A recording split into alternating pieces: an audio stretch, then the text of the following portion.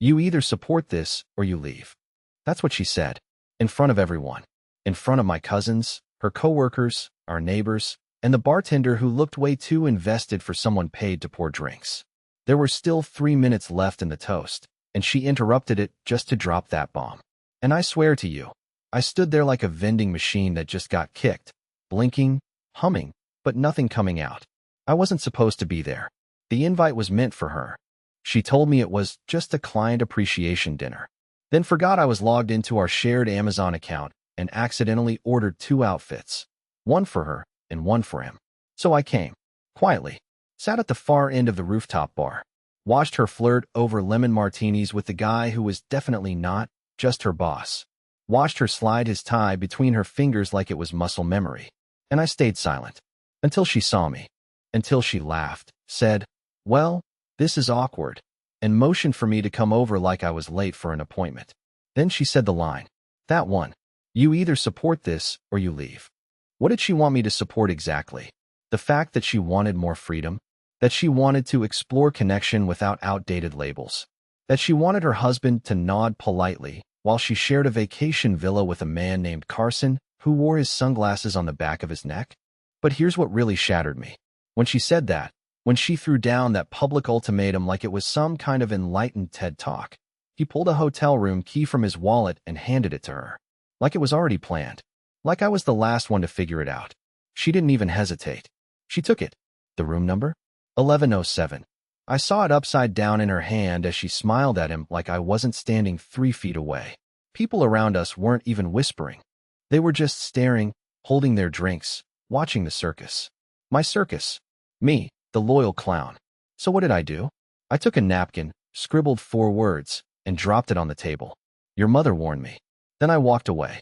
And as I stepped into the elevator, the bartender ran after me and said, "Man, I don't know what that was, but you handled it." I didn't feel like I handled anything. I felt hollow. But that napkin? It wasn't the end. It was the beginning of something I'd been planning for 2 months. Something she never imagined I had the guts to finish. I didn't go home that night. I didn't even go to my brother's like I usually did when we argued. Instead, I drove to a parking lot across from the Grand Harrow Hotel, the one where Carson had booked the room. Yeah, I knew where it was, because 2 weeks earlier, I had followed them there. And I'd watched her through the lobby window as she kissed him like she hadn't kissed me since before our wedding. But this time, I wasn't watching. I was setting things in motion. See, what Marlene didn't know, what none of them knew, was that I'd already started pulling threads long before her little rooftop spectacle. I'd been collecting receipts, credit card statements, screenshots, GPS pings. Her gym routine wasn't at the gym. Her team offsites, not on the team calendar. And that $273 conference fee she claimed was reimbursed? I had the Airbnb receipt with Carson's name on it, and one line of the host's review. "So glad to have you both. Very romantic guests." I hadn't confronted her, not because I was weak, but because I was building a record. Quietly, legally, thoroughly. And the night she gave me that ultimatum, that was the final entry in the timeline. In the glove box of my truck sat a manila envelope with every detail. Copies of texts, photos, her voice memo to Carson saying, "I think he's starting to get suspicious, but honestly, I don't even care anymore. He's so small." Small. That word haunted me. She used to call me safe. Now I was small. Anyway, I wasn't just sitting in that parking lot stewing. I had somewhere to be. I walked across the street, not to stop her, but to meet someone. Upstairs, in room 1106. Yes, right next door to where she'd be sleeping with Carson, was her best friend, Roxanne. Now hold on. This isn't one of those petty revenge stories where the betrayed husband sleeps with the best friend. That's not what this is. Roxanne called me 2 weeks ago, said she didn't want to be part of the lies anymore. Said Marlene had made her lie to me, cover for her, fake invites, text me from her phone. She hated it, and the guilt had been eating her alive. So I asked Roxanne to help me do one last thing. One legal, one clean, one devastating thing. That night, in room 1106, I recorded a sworn statement from Roxanne. I had her read out everything Marlene had made her do, from lying to helping book the trips to even hiding jewelry Carson had given Marlene. The kind of statement that would destroy a divorce case. And just to be clear, I didn't record her secretly. Everything was above board. I had my lawyer on speakerphone. This wasn't about humiliation. This was about proof. Meanwhile, across the paper-thin wall, Marlene was laughing. I could hear the clink of wine glasses. And I just sat there on the floor of room 1106, holding back the scream that had been living in my chest for months. I wasn't mad she cheated. I was mad she thought I'd never catch on. That she thought I'd just stay, that I'd just absorb it. That she'd get away with all of it and walk away with everything. The house, the car, the savings, the reputation. But the next morning, she woke up to something else. Because by 6 a.m., a courier had slid a thin black envelope under her hotel room door. Inside was my response to her ultimatum. Not words, not begging, not even anger, just a pristine copy of the divorce papers and a post-it note that read, "You already made your choice. I'm just filing it." And that was the first time she called me. 12 missed calls before 8 a.m. She wasn't ready for what came next. By the time the sun climbed over the hotel towers, my phone looked like it had been through a natural disaster. Missed calls stacked on missed calls, frantic texts pouring in so fast the screen kept freezing. The same woman who told me, in front of a whole rooftop full of people, to support this or leave, was now begging me not to overreact. The word almost made me laugh. Overreact? She took a room key from another man like it was a party favor, and I was supposed to hand her a gold star for honesty? I didn't answer a single call. I let them ring until they died. And I have to admit, hearing the hotel's muffled hallway echo with her voice as she shouted my name, yeah, it hit something in me. Not satisfaction, just confirmation. Proof of who she really was when she didn't get her way. I stayed in room 1106 with Roxanne for nearly an hour after the envelope was delivered. She made coffee. I couldn't drink it. My hands wouldn't stop shaking. Not from fear. My fear ended months ago, but from the sudden silence in my head. For the first time in years, the noise of second-guessing, apologizing, shrinking myself, it was gone. Replaced by this cold, steady resolve that felt almost foreign. Around 8:30 a.m., my lawyer called.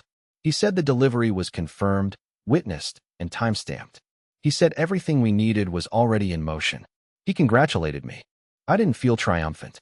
I felt like someone had unplugged my whole life and left me standing in the dark. Still, I walked out of that hotel without looking back. Didn't peek toward room 1107.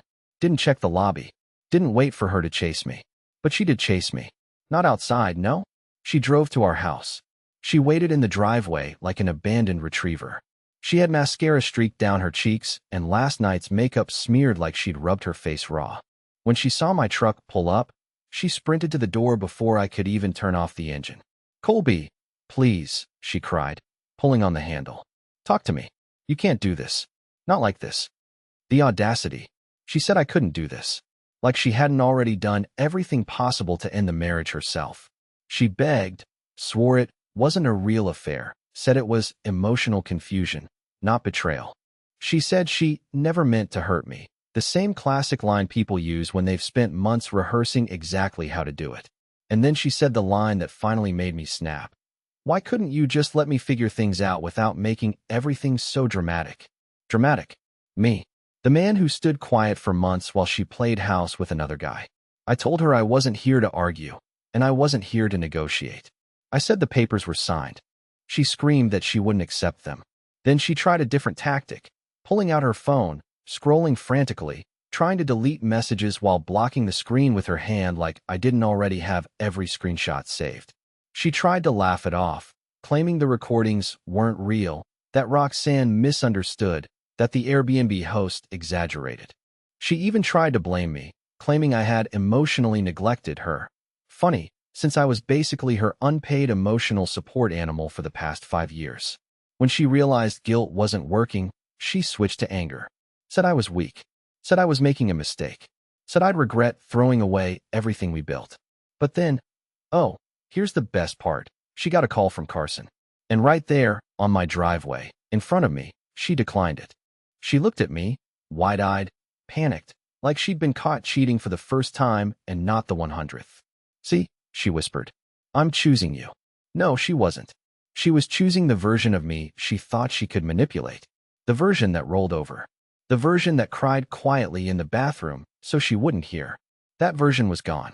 And when I finally walked past her and into the house, she screamed after me.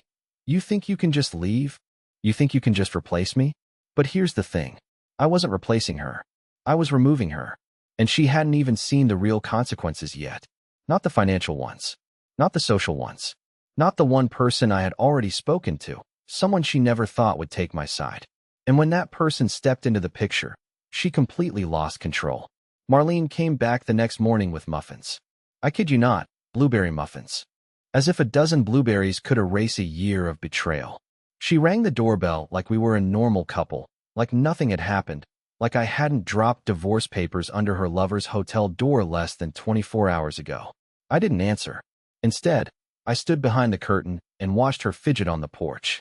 She kept adjusting her hair, wiping under her eyes, switching the muffin box between her hands like it was burning her. After 10 minutes, she left the box on the welcome mat and drove off in silence. Inside the box was a note. Can we please talk somewhere private? Just you and me.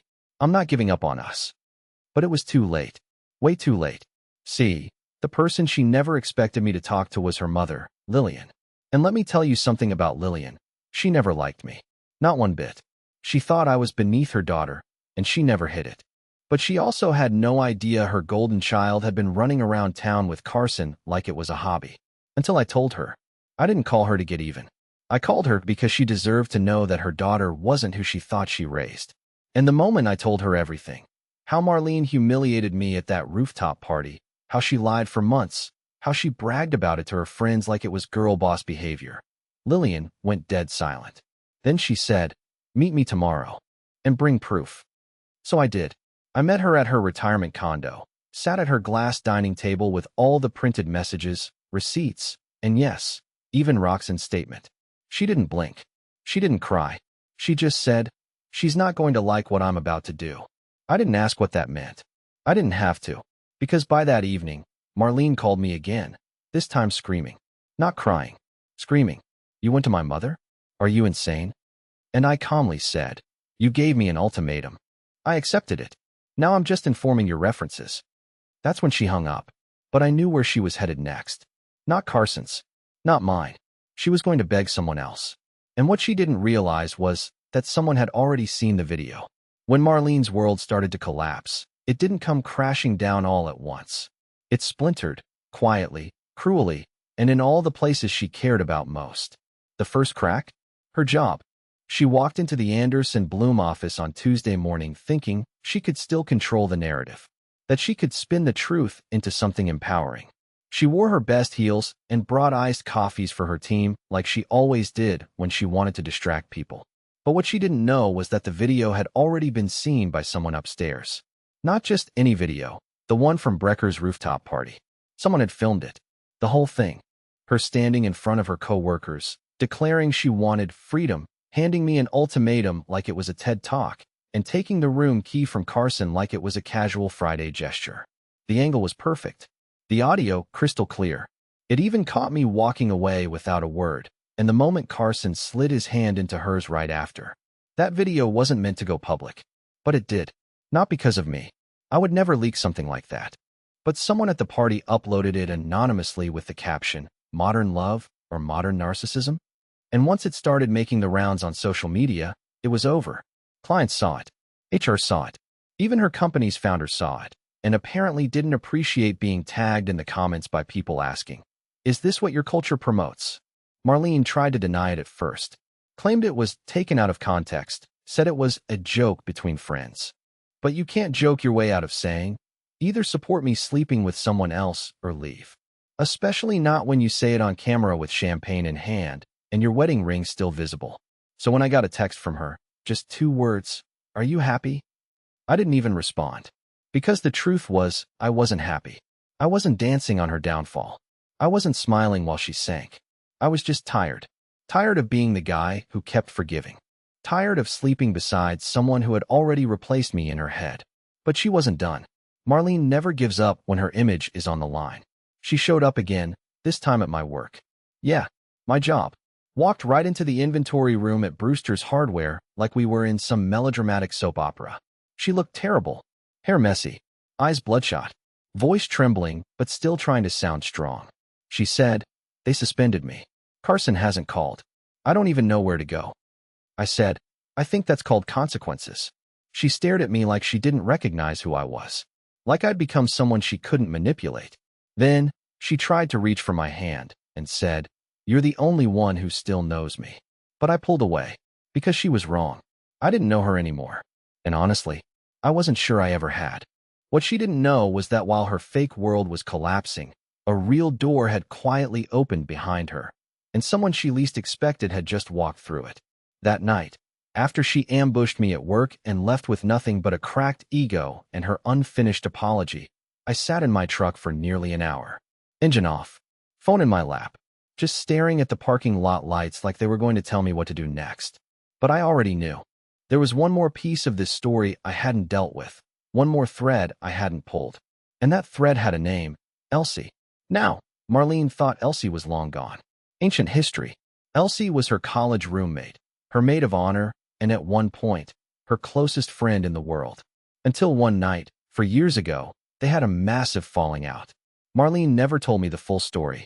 Said Elsie overstepped, said she was jealous, said she was toxic. That's how she described her best friend of 8 years. And I, like a fool, never questioned it. But 3 nights ago, while I was rereading old emails to find documentation for the divorce, I found a thread, buried way back in an archived folder.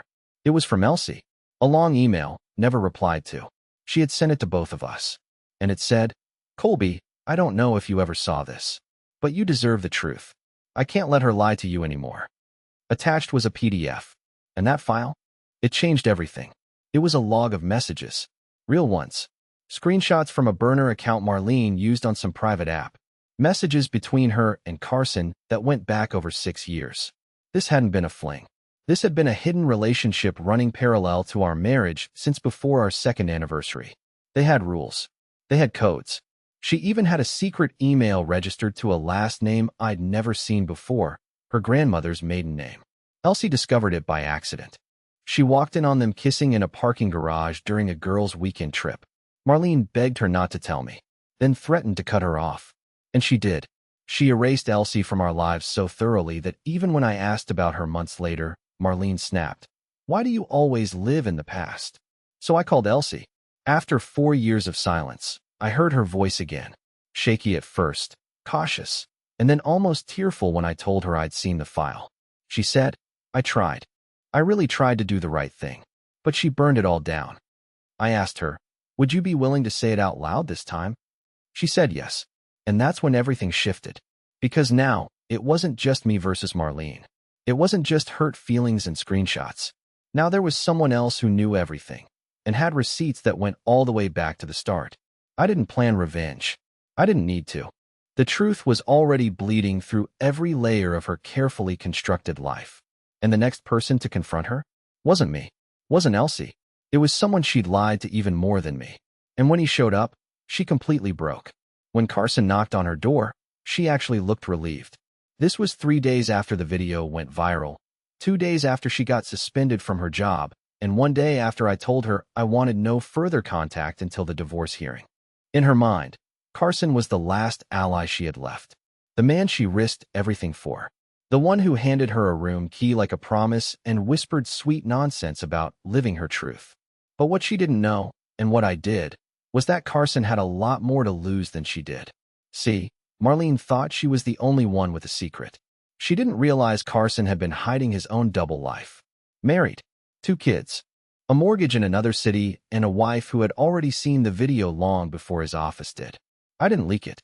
I swear to that. But someone sent it to Carson's wife. Maybe a coworker. Maybe a friend. Doesn't matter now. All that matters is what happened when Carson showed up at Marlene's apartment. He wasn't there to comfort her. He wasn't there to protect her. He was there to tell her it was over. Roxanne told me everything. She still talks to one of Marlene's neighbors. Apparently, the whole complex could hear them screaming. Marlene crying, pleading, swearing she didn't know he was married, which was a lie, by the way. She absolutely did. And Carson? He didn't yell back. He spoke cold, flat, clinical. He told her she ruined him, that she made him sloppy, that the hotel video had cost him not just his marriage, but his promotion, that his wife froze their accounts, that his name was trending online for all the wrong reasons. He told her he'd deny everything if she tried to go public, that he'd frame her as unstable, as manipulative, as a woman who twisted a professional relationship into a scandal. And then, this is the part that made me pause. He threw her phone across the kitchen and said, "You said he'd never leave you. You lied about everything." She begged him to stay. He left. She was alone again. That night, she called me 14 times. No voicemail. Just repeat calls, back to back, until my phone finally shut itself off from overheating. And for the first time in weeks, I slept soundly. Because the version of Marlene who thought she was untouchable, she was gone. The next morning, I met with Elsie and Roxanne at a diner off Route 19. We ordered pancakes like it was a regular Saturday. But nothing was regular. Because they were handing me the final piece I didn't know I needed, a group chat log. It was between Marlene and 3 other women. Friends of hers. The ones who used to come to our house and smile at me like I was invisible. In that chat, they joked about training their husbands, shared tips on lying about finances, even mocked me directly. Marlene called me Mr. Background Noise. It stung, but I needed to see it. Because now, there was no part of me that doubted. No part of me that wanted her back. No part of me that thought this could ever be fixed. This wasn't a heartbreak story anymore. This was survival. And I was finally free to finish it. I didn't go to the final hearing with bitterness in my chest. I didn't need it anymore. It was strange, actually, how quiet everything felt that morning. No weight on my shoulders. No nerves in my gut. Just clarity. The kind that only comes when you've walked through fire and come out the other side, still standing. Marlene arrived 10 minutes late. No makeup. Hair tied back. Dressed like someone who hadn't slept in days. And from what I'd heard, she hadn't. She barely looked at me. But when she did, her eyes weren't angry. They were empty. Like the person who once carried all that arrogance, all that smug confidence, had finally burned out. She didn't contest anything. Not the house. Not the car. Not the clause about conduct inconsistent with marital fidelity. She just nodded, signed, and looked down. And then, right before the judge dismissed us, she finally spoke. "I thought you'd never leave," she said softly. "I thought you loved me too much to ever walk away." It wasn't a question. It wasn't even an apology. Just the truth. And all I said back was, "I did love you. That's why I had to." And then I walked out. The air outside the courthouse felt different. Lighter. Cleaner. The sky was a little brighter, too. Or maybe that was just the first time in years I'd looked up instead of down. I didn't go home right away. I stopped by Elsie's place. Not for anything romantic, just to thank her. For having my back when it cost her everything. We talked for a while. Caught up. Laughed more than I expected to. And when I left, she hugged me. Not tight. Not dramatic. Just long enough to remind me that not everyone who leaves stays gone. A few weeks passed. Marlene moved out of town. Rumor has it she's staying with a cousin in Nevada. Carson, last I heard, was going through his own storm. But none of that matters anymore. Their chaos doesn't belong to me. It never really did. I was just a bystander to their wreckage. Now I've got peace. I started jogging again. Reconnected with friends I hadn't seen in years. Even fixed up the old boat my dad left me and started going out to the lake on Sundays. It's quiet out there. Just the wind, the water, and me. And sometimes, when I close my eyes, I don't see her anymore. I see myself. The man I used to be. The one I gave up to keep a version of love that never loved me back. And if you're reading this, maybe you've been there too. Maybe you're still there. But take it from a guy who was once called Mr. Background Noise in a group chat. You're not invisible. You're just waiting for the wrong person to get out of the way.